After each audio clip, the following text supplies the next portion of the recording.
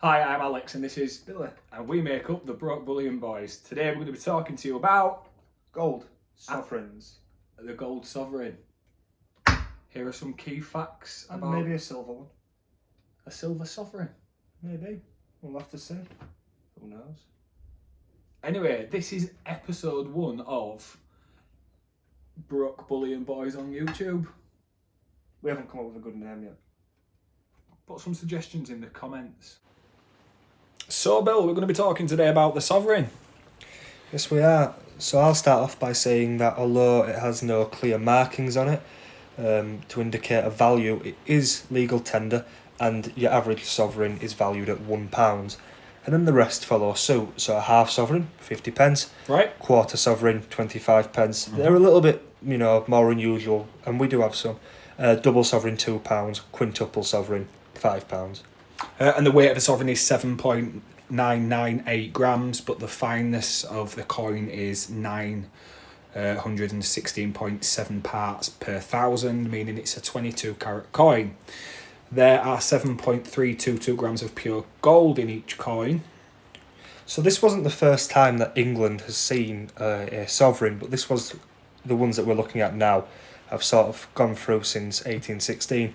The sovereign is named after another coin, the English gold sovereign, which was last minted in 1603. So there was quite a bit of time between what we now consider a modern sovereign and the last ones. And the modern sovereign that we think of today came about in 1816 during the Great Recoinage. And this is because members of Parliament believed that a £1 coin would be better used by the public, better handled in both domestic and international trade than the common, at the time, 21 shilling guinea. The master of the mint, William Wellesley Pole, had Pristucci design the new coin. His depiction was also used for other gold coins. Now, at first, the sovereign wasn't very popular. People had begun to use banknotes, and they were a lot more favoured among the people. However, law soon began to limit paper currency, and so without the competition, the sovereign did start to take over, not just domestically, but also internationally, used in trade. And it was really trusted because it was a known quantity of gold, it came from a respectable mint, and people knew, no matter where they were in the world, that the sovereign was what it claimed to be, 7.322 grams of gold. A known quantity of gold. Exactly. The British government promoted the use of the sovereign as an aid to international trade, and the Royal Mint took steps to see lightweight gold coins were withdrawn from circulation. From the 1850s until 1932, the sovereign was also struck at colonial mints, initially in Australia and later in Canada, South Africa and India. They have again been struck in India for the local market since 2013. I don't know why I keep saying 19. They've been produced in the local Indian market since 2013. In addition to the production in Britain by Royal Mint, obviously. The sovereigns issued in Australia initially carried a unique local design, but by 1887 all new sovereigns bore Pastrucci's, I've butchered that man's name, I am so sorry, George and Dragon design. Striking, they were so large that by 1900, about 40% of the sovereigns in Britain had been minted in Australia. So the sovereign ran through for quite a while, but production did cease in 1914 with the start of the First World War. In the colonies, as Alex was just talking about, it did continue to be minted until 1932 and then was stopped.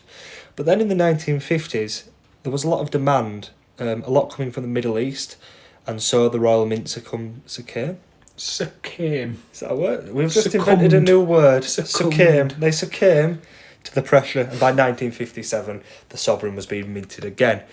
Since then, it has been struck both as a bullion and a collector or a proof coin, starting in 1979. Although the sovereign is no longer in circulation, it is still legal tender, meaning you can spend it. You can spend it, of course, but you would be a fool. Being British, it's only obvious to say, as the patriot I am, that the sovereign is my favourite bullion coin. But I do have a particular sweet spot for the double sovereign. What about you, Bill? What's your favourite sovereign? My favourite sovereign is any of the quintuples or a George III sovereign. I really like the size of the quintuple and the amount of detail you can get in there. Although they're not my favourite gold coin, as you just said, they are yours, and we will have to talk some other time about my favourite gold coin. And Pistrusia, the name of I butchered, hasn't done all of the reverses for some of the coins in 2003, 2005, and 2017. There were different. 2002, 2005, 2017. There were different backs, and of course the Younghead Victoria Shield back in the 1800s.